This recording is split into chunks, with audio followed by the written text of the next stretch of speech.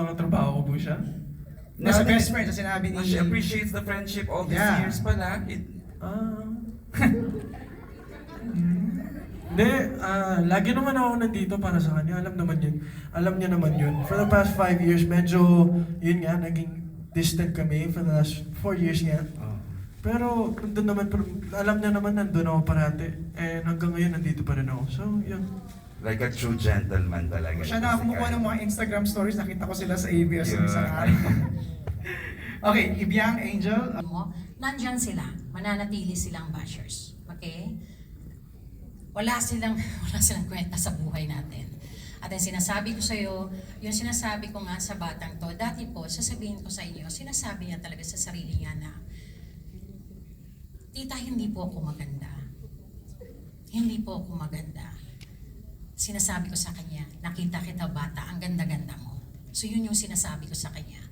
Tapos, yung kumpiyansa niya sa sarili niya, kulang na kulang noon. Kaya sabi ko, Blight, maganda ka, magaling ka, matalino ka, laban. Kaya ngayon, kung ano mang nangyayari ngayon sa iyo, nakakala mo lang hindi kita kinakausap. Inoobserbahan kita.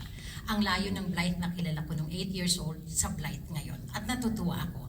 At lagi kong sasabihin sa iyo na yung lakas ng loob, tapang. Okay? Tiwala sa sarili. Sa sarili lang na ka. Okay? Dalhin mo yan palagi. At pag merong magsabi sa'yo na pangit ka, hindi ka magaling umarte, Sapakin ko. hindi. Joke. Paisa lang, Pag paisa. sinabi lang pangit ka, hindi ka marunong umarte, ako ang magsasabi sa kanila diretsyo. Gusto mo ibuka ang bibig ko, baka maraming magalit ko ano yung sasabihin ko. Pero meron siya sinasabi kasi noon na mas maganda si ganito, mas maganda si ganon sa akin. Hindi totoo yun. Hindi totoo yun. Nakasama ko yung mga batang yun. Mas maganda siya talaga. Itago natin sa Hindi, pangalan. Charot. Hindi, totoo, maganda siya talaga. Tsaka, yun lang sasabihin ko sa'yo. Kahit ngayon, ilang taon ka hanggang tumanda ka, tandaan mo to, isang tawag mo lang sa akin, kay Jella, kay Tito Art, sa pamilya Atayde, andun kami kahit anong oras, kahit tulog kami, tatakbuhin na kami. Wow. Ha? Alright. Yeah. Parang tama, ito na yung exact time to talk about it. Ay, ano yung ano niya? Oh. Cheese pizza. Sorry, ano ulit yun? Yung sinabi mo sa akin na, ito na yung, it's about damn time that we talk about this. Hindi, kasi nagbabago yung mundo eh, di ba? Parang nagbabago yung panahon, nagbabago yung oras, nagbabago yung agos ng mga bagay-bagay. And we can't just parang stay in a place na yung ino-offer natin eh the same thing over and over again. Ako naniniwala ako yung senior high, magbubukas siya ng maraming utak, ng maraming, lalo na sa kultura na meron tayo, di ba? Parang high time to na naggawin dahil mas mas maiintindihan natin kung ano talaga yung nangyayari sa... So this will mundo open natin. discussions? For sure, for Okay. sure. Na, ayun nga, ang galing nga eh. Kaya nakakatuwa yung Dreamscape din talaga dahil it's a risky, yung premise niya very, like, edgy and gritty. And nakita niyo naman na nandun pa rin yung feel Right. na meron tayo as Pinoys and yung mainstream feel niya, but yung mismong atake, yung treatment dito sa show, very very... Ay, may press con po dyan, nagagana. Charot. At first, I was super scared kasi yun nga po, hindi talaga ako po umaarte. Tapos yung language barrier po. Like, Bakit? I Ano can ba? speak Filipino, I can understand Filipino. Pero yung kung paano ko magsalita, it's not my most comfortable language to express myself in. Okay. So, there are times nga pag kami sa taping, I'll ask Kian or Angel, what does this mean? But I need to ask it kasi kailangan kong malaman kung ano yung context kung anong nararamdaman ng character ko. So I need to know talaga parang how am I going to attack this? Kasi I do voiceovers, I do voice acting, pero kasama na yung face, kasama na yung body.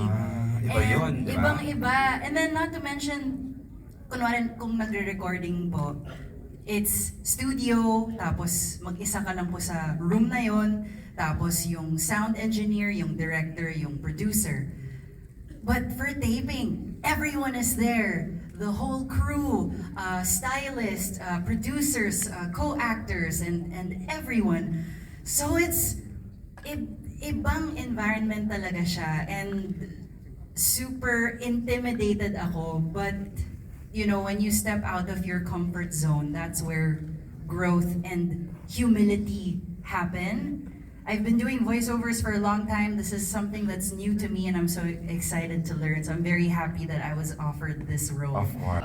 Something that dun ako sa experience, you know, getting into a friend group and realizing later on that in reality they're not your friends.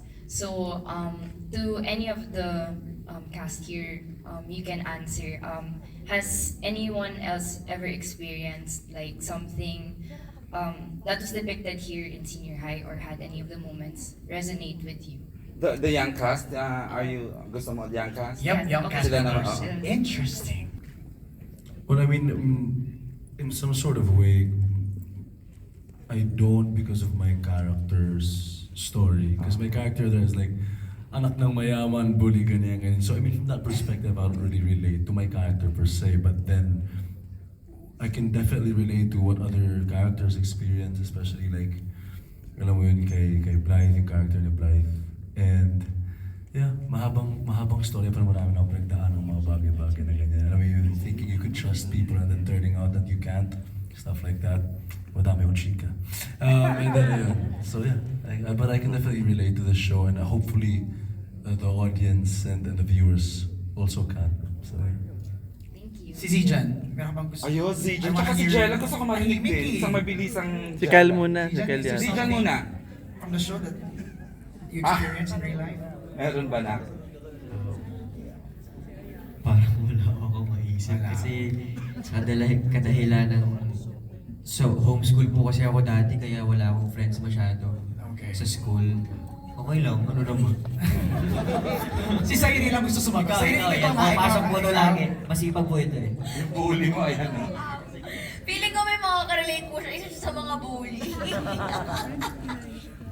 Ano po, siguro, yung natatakal po about pag nasa-surpress po yung feelings, pag nag-hide po sa parents, pag kahit mismong yung pinaka malapit na tao sa buhay na like Sky and Luna, hindi niya pa rin masabi. Gusto niya lang i-express yung objective niya or yung love niya dun sa tao.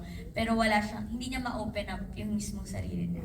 And siguro yung sa perspective ng parents, dahil sa kapatid ko or sa mga kapatid ko, parang yun, nakikita ko kung paano nila gustong mag-try hard para mapabuti yung anak nila. Ganon din ako sa kapatid ko. MJ, tatlong introducing, I wanna hear from them. Diba?